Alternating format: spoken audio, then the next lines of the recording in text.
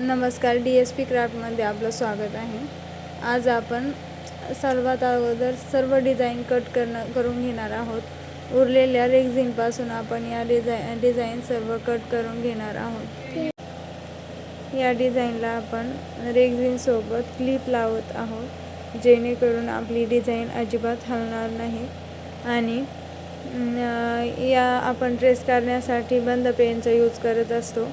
त्यामुळे आपण जेव्हा डिझाईन ट्रेस करत असू त्यावेळेस आपण एक डिझाईन करायला लागलो तर तीच पूर्ण करायची, म्हणजे आपल्याला लक्षात येईल की आपण कोणती डिझाईन ट्रेस केलेली आहे.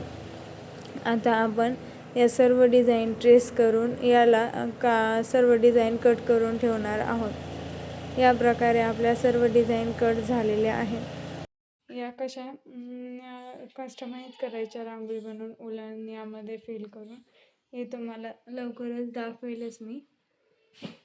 हे बघा, या कार्बन पेपरने ट्रेस करून घेतलेले आहे. त्यानंतर जर तुम्हाला दिसत नसेल तर तुम्ही असं मार्करने स्केच पण करून घेऊ शकता. त्यानंतर उरलेलं जे रेक्झिन आहे त्यातून आधी अशा मोठ्या डिझाईन्स तयार करून घेतल्या. त्यानंतर यातल्या छोट्या डिझाईन्स बनवून घेतल्या आणि जेव्हा रेक्झिनमधून काही काढता येईल तेव्हा या फ्लावर्स कट करून घेतले.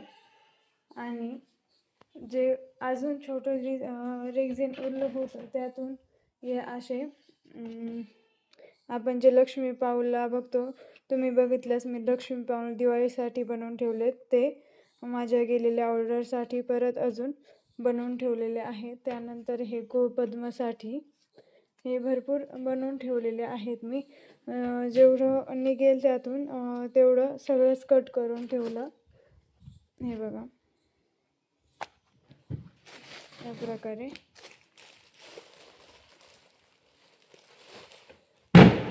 हे सर्वात छोटेवाले, हे यापेक्षा याची साईज खूपच छोटी आहे.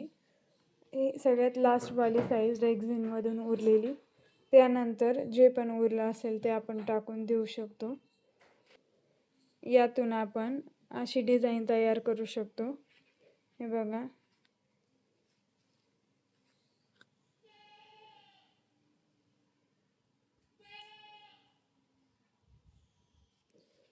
आपण खूप नवीन ट्राय करू शकतो काहीही. लवकरच मी तुम्हाला हे कसं बनवलं हे दाखवणारच आहे. त्यासाठी तुम्ही व्हिडिओ बघत राहा आणि चॅनलला सबस्क्राईब करा. Thank you for watching DSP craft. भेटूया पुढच्या ब्लॉगमध्ये.